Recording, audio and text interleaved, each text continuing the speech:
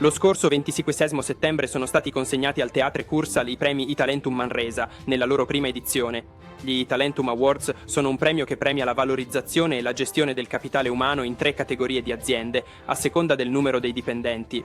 L'En 39 evento è stato presieduto dall'An 39, illustre signor Marc Aloy, sindaco di Manresa, e ha avuto il sostegno di un comitato di esperti composto da diverse entità che sono stati responsabili della selezione delle 24 aziende candidate a ricevere questo riconoscimento. I vincitori sono stati scelti attraverso il voto dei candidati e dei lavoratori di Bages.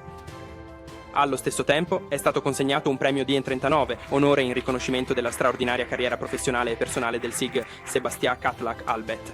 All'evento hanno partecipato più di 160 partecipanti, tra cui bisogna evidenziare le 24 aziende finaliste, le autorità e le istituzioni del territorio e rappresentanti del tessuto sociale e imprenditoriale di Bages.